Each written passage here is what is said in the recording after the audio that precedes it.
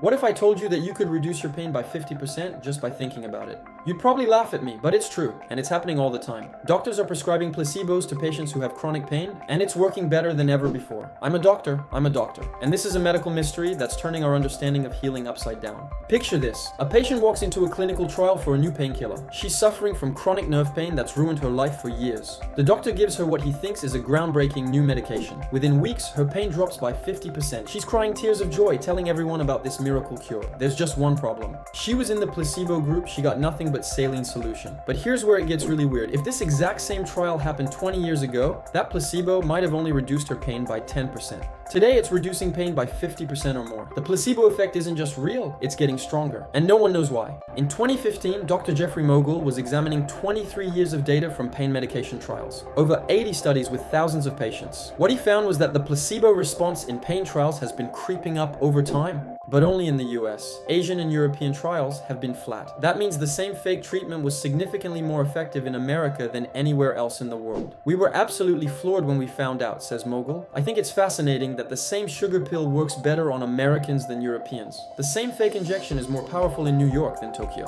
And if you're thinking, well, maybe it's just the placebo, you'd be wrong. Recent research shows that placebo effects explain 69% of treatment outcomes in clinical trials. That means when you take a real medication, more than 2/3 of your improvement is due to the placebo effect. The actual drug is almost an afterthought. Your mind is so powerful that it can trick your body into feeling better just by believing you've received a treatment. It's all in your head, literally. Modern neuroscience has proven that placebos create real, measurable changes in your brain and body. Studies using fMRI brain scans show that placebo treatments activate areas of the brain that are involved in pain modulation, such as the prefrontal cortex and the anterior cingulate cortex, while engaging endogenous pathways. When you believe you're getting pain relief, your brain releases its own morphine-like compounds called endorphins. There's neurobiological evidence supporting the release of dopamine, endogenous opioids, and endocannabinoids in response to placebo intervention. Your brain becomes its own pharmacy, manufacturing powerful drugs on demand. This isn't psychology, this is biochemistry. Studies have demonstrated that placebo injections and even more complex procedures like sham surgeries can produce therapeutic effects comparable to real treatments, particularly in pain management and neurological disorders. Fake surgeries have worked as well as real ones for certain conditions. Doctors make an incision, patients go under anesthesia, but no procedure actually takes place and people still get better. So why are Americans becoming placebo super responders? The theories are fascinating and disturbing. Only in the States and New Zealand can pharmaceutical companies advertise directly to consumers. We're bombarded with messages about medication that the rest of the world doesn't see. Every night you're told about miracle cures. Ask Your Doctor About X becomes the soundtrack of American life. But it's not just the ads. Think about it. Europeans don't see drug ads promising that a purple pill will transform their lives. But Americans, we're drowning in pharmaceutical marketing. There's another theory. American trials are both larger and longer than those done abroad. At least 400 people in the placebo group alone lasting 12 or 16 weeks versus around 70 people for up to 6 weeks elsewhere. Bigger budgets mean fancier facilities, more professional materials, and more attention from medical staff. This might translate to study materials that are more professional looking or interactions with testing staff that are more pleasant, making us think, these researchers must really be onto something.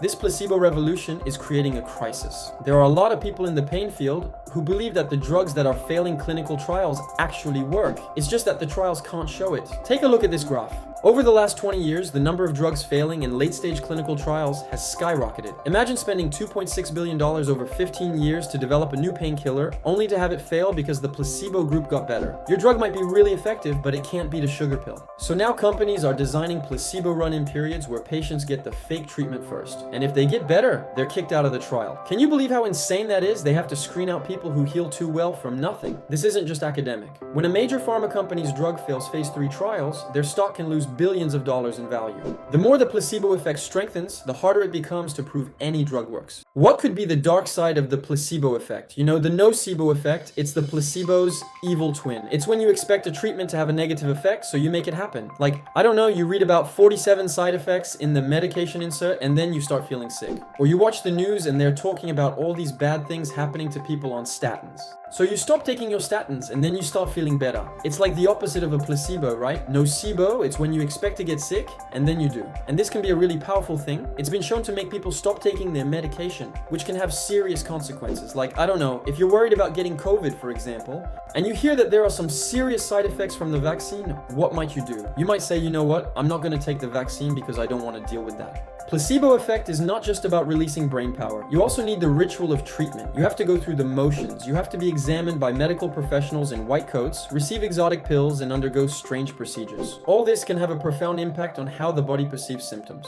The entire medical experience is a placebo factory. The sterile white coats, the complicated machines that go beep, the Latin names for conditions, the ritualistic taking of vital signs, it's all theater. And we are the audience. We are primed to believe in the performance. You feel you are getting attention and care. In our lonely, disconnected world, the focused attention of a medical professional might be more healing than any drug. When was the last time someone listened to your problems for an hour, touched you with care, and promised to help? This is why traditional healing practices work across cultures. Whether it's a shaman with feathers or a cardiologist with a stethoscope, the ritual creates belief, and belief creates biochemical changes. Here's where it gets truly bizarre. What if I told you placebos work even when patients know they're fake? In a clinical trial, researchers gave patients placebos and told them they were getting a placebo, and the results were astonishing. Placebos, when given openly, can have an even greater effect than when given secretly. In one study, patients with irritable bowel syndrome were given pills that said placebo on them. They were told these pills contain no active ingredients, and many of them still got better. The mind doesn't care if the treatment is real or not. It cares about the therapeutic ritual. This opens up incredible possibilities. What if doctors could prescribe placebos honestly? Imagine going to your doctor and him saying, "I'm giving you a placebo pill. It has no active ingredients, but research shows it might help your condition." No deception, no side effects, just harnessing the power of your own mind to heal. The reason why some people are placebo super responders might be written in your DNA. A new study suggests that genetic variations might play a role in how people respond to placebos, particularly genes involved in the production of dopamine and serotonin. Some people are literally hardwired to be placebo super responders, while others don't respond at all to fake treatments. And it's not just about being gullible, it's about your brain chemistry. Your genes determine how much dopamine and endorphins your brain releases in response to treatment expectations. Individual differences in personality traits, particularly optimism and suggestibility, also predict placebo responses. Optimistic people don't just feel better, they actually get better through different neurochemical pathways. Age and gender are also factors. Some studies have reported that younger men are less likely to respond to placebos, while other studies suggest that women report more pain following nocebo treatments. So the next time you're feeling under the weather, ask yourself, am I the placebo effect? We are on the cusp of a medical revolution. Recent studies show that placebos should no longer be seen as just sugar pills. They're a powerful therapeutic tool, and the future of medicine is integrating them into treatment plans. Imagine your doctor running a genetic test, assessing your personality, and designing a treatment ritual that's perfectly tailored to your needs.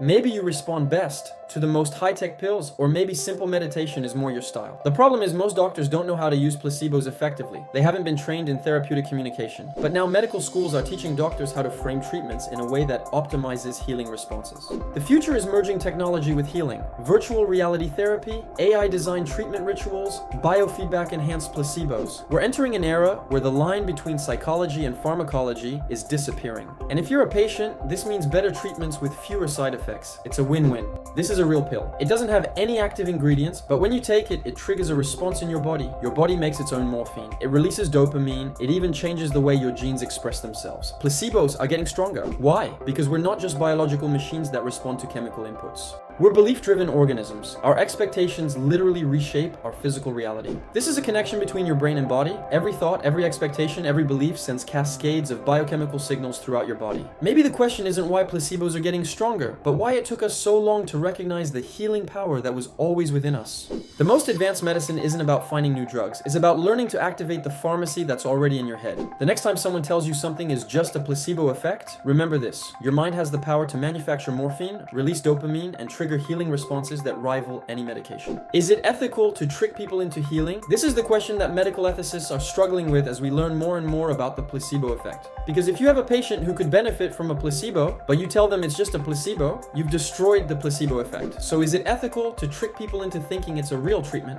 Well, there are two parts to this ethical quandary. One is the informed consent. How do you get informed consent for a placebo? And the second part is, who pays for the placebo? Because currently, insurance companies will only pay for actual medicine. medicine, not for therapeutic belief systems. Now here's the thing. If placebos work as well as drugs but have fewer side effects, shouldn't they be covered by insurance? This is a question that is going to come up again and again as we learn more about the placebo effect. What do you think? Should insurance companies cover placebo treatments? Let me know in the comments.